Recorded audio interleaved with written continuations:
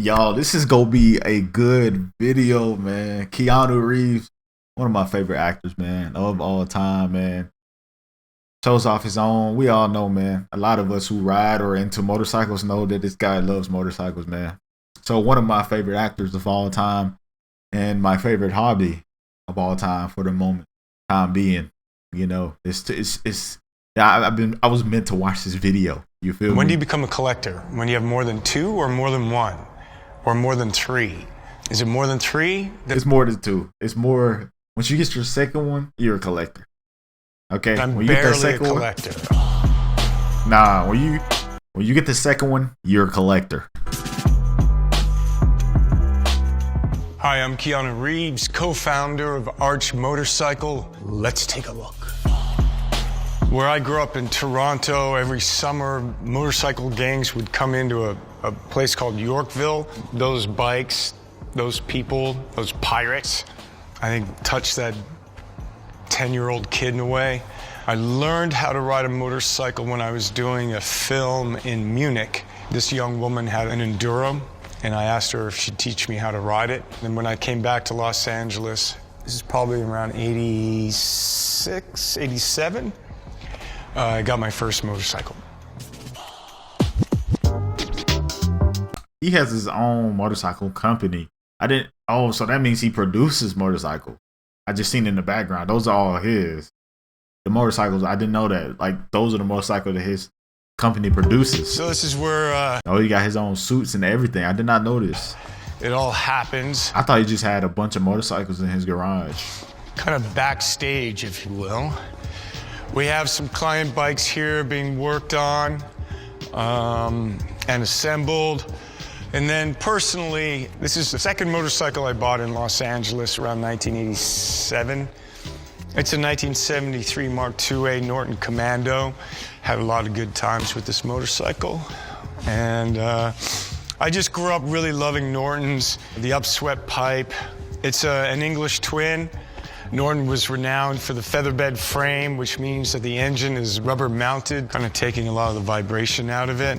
It's got a nice sound, smells good when it heats up the oil, and got a lot of miles on that motorcycle. You ain't gonna tell us? You ain't gonna tell it, Keanu? In you ain't gonna films, I rode a motorcycle in Chain Reaction and a film called My Own Private Idaho.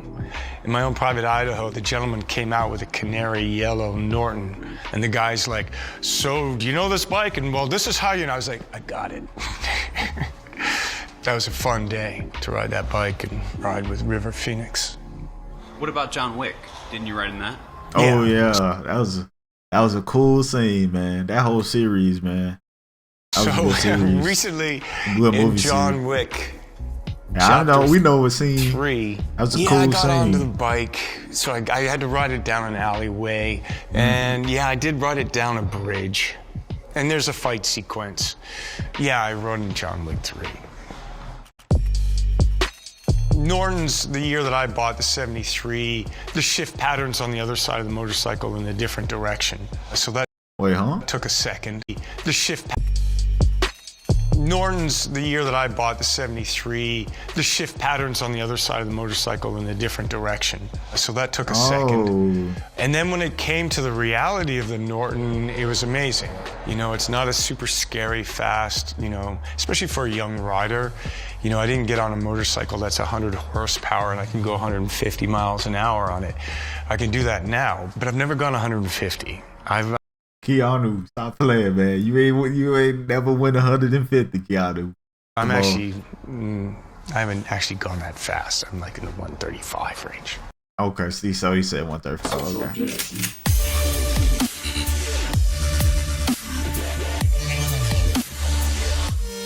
This is the Ducati that was in The Matrix Reloaded. Spectacular bike. Beautiful motorcycle. Ducati did a special green, a kind of Matrix green, which makes it kind of trick. It's got Matrix Reloaded on it. Carrie-Anne Moss-Roy, who had never ridden a motorcycle in her life, learned how to ride a Ducati 998. Really? Wow. Well, the motorcycle was with the Wachowskis. who are the writers and directors of the Matrix trilogy. We have become custodians of the motorcycle, and it's really cool to be able to show you this bike. We'll go through it and make sure everything works, and the next time we're at the track, I think we'll take it out.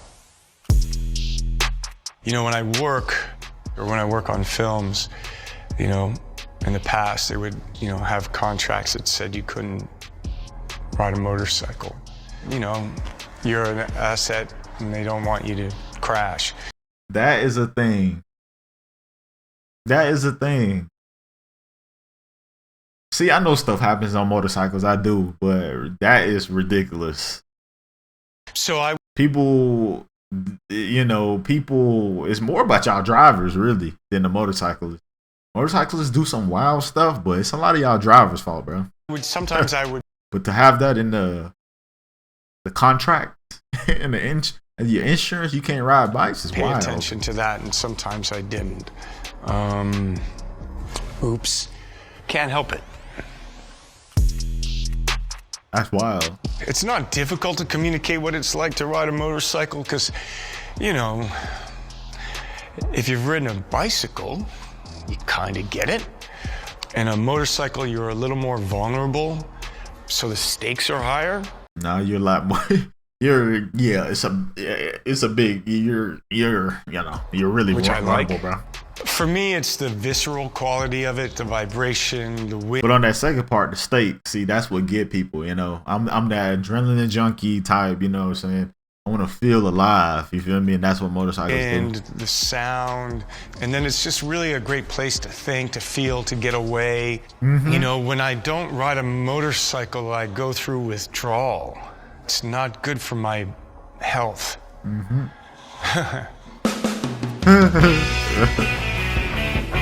I heard that loud. I had a Harley Davidson, a Dyno Wide Glide, which was an amazing motorcycle, and I was looking to personalize it. And then I was introduced to Gart Hollinger, who owned a custom building company called Chop Rods. We ended up working together, and he ended up building a custom bike. He took the Harley engine and then built a motorcycle around it, and that became the prototype for the Arch motorcycle. So this is a 2019 KR GT1. So I need to get one of these motorcycles, you know, just because I have so much respect for Keanu. You know, he obviously has a company. I need to get one of these bikes. I need to get one. I wonder how much they cost. The company makes over 200 parts for the motorcycle. It's all billet aluminum. We manufacture those parts, but we also work with some high-end other companies, third parties. So we have an Öhlins high-end the bike looks suspension, good, South African company called BST for carbon wheels. We're working with a great company out of Wisconsin called S&S for the power plant. What else we got? We got some Michelin tires, which are pretty awesome. We work with an Italian company called Rizoma, signals, mirrors, foot controls. We also make the seat custom for the owner, so it's, you know, fitted. Let's see if we can start this thing. Ooh, y'all ready? And you know, it don't do it. The videos don't do it justice. The videos don't do it justice. They sound good. They ride amazing. Man, so in terms of the company, definitely I'm involved with the dream of the company, the ambition of the company. I can't assemble a motorcycle and you don't want me to fix it. I can test ride it and I can tell you what's wrong and I can, you know, what quality control. I'm that same type too, you know. And, you know, I do have a mechanic background. I like wrenching and stuff like that, but man, nowadays I just like to enjoy it, you know.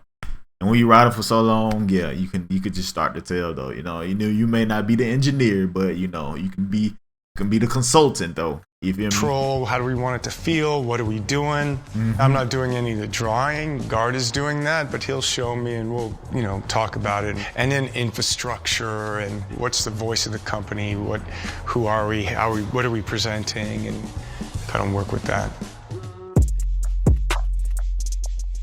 So If the KRGT1 is a performance cruiser, then this motorcycle is like a performance cruiser sport. What makes it sport? So, the riding position. Instead of having forward controls, we have a mid control. It has a different rake. On the 1S, it's broadened a little bit, so handling is a little different. Also, we're gonna have different wheels, obviously different body work. So it's got some other kind of developments going on in terms of tank design. We're still working on our final exhaust system for it. And then there's a whole bunch of other design elements that are going on under here. We have a new instrument panel. The frame is different than the KRGT1. It's not exposed, and what's going on inside is a little bit different. Whoa. That's a sexy bike. We also right like there, to do track rides. So there's the ponies for when we want to go fast on a racetrack. I'm riding the ZX-10 here, the Ninja. Guard's got the R1. Ross, who works at the company, he's dealing with the Aprilia, and that might be Simon's. Really amazing. Man, y'all got the lineup, dude. Y'all got a lineup, Keanu. Man, Keanu, let me come. Keanu, you know what I'm saying? Let me, you know what I'm saying? Come up in there, you know what I'm saying? And, you know, get up in there, Keanu. All of them amazing motorcycles, and it's really fun It's just to amazing to get together. Yeah, like I said, just the atmosphere that you guys probably got at that shop, at that company, it's a great atmosphere to be around. You know what I'm saying? We do a lot of riding with the You could just smell the passion. You feel me? arches and go on arch events and ride all through the Santa Monica Mountains, and that's great. But we all love riding, and if you're on a track, you don't have to worry about traffic or speed limits. True. Yeah, let's see, bikes that I haven't ridden that I wouldn't mind. Well, I mean, of course, the Vincent Black Shadow, and there's a What couple is of that? examples of those, probably some 20s Bruff Superiors. See, I just want to see what that would feel like, you know, just to see what the difference is from modern bikes and that. That's why I would want to ride that, though. I've never been on a Moto GP, a modern Moto GP motorcycle. That might be kind of fun, you know? Oh, That'd be insane. Yeah, I mean, you know, I just find out it takes, you know, $10 million to maintain or upgrade or, you know, build those bikes a year or a season, something like that. So, Oh my God. Anyway, I've never ridden one of those. know if I'm gonna Well, get if my I get on a hand. Bruff and a Vincent Black Shadow and get the chance to ride a MotoGP bike, that'd be pretty awesome.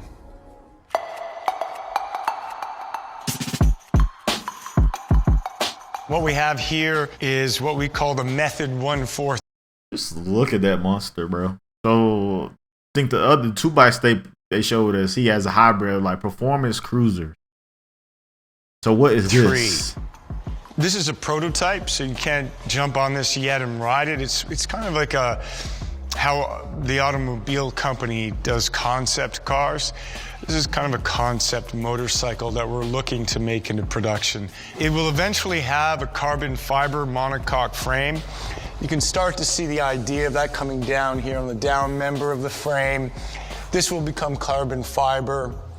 The power plant is an S&S, but it's going to be ridiculous. It's 143 cubic inches. It's a little futuristic. We like the idea of just how we're over.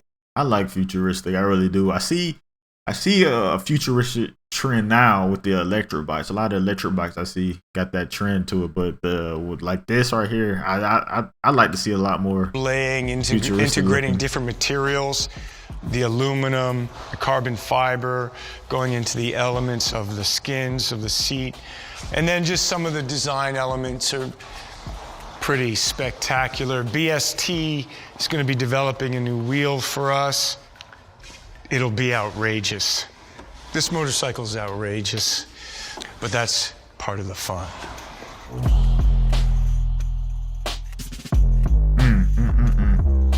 Advice to a new rider. Let's I mean, hear if it. you're a kid and you're like starting off on a little mini bike, I mean, people are gonna show you what to do.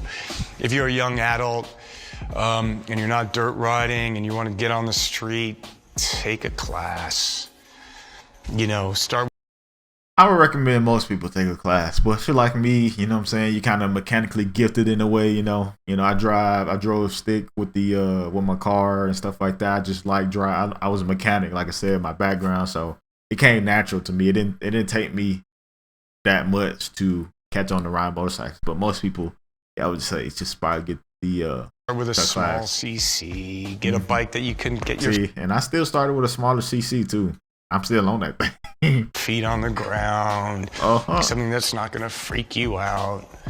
You know, if you're not going to do all of that, just don't go crazy. Like if you've never ridden a motorcycle, don't get, you know, a sport bike that's got a lot of horsepower.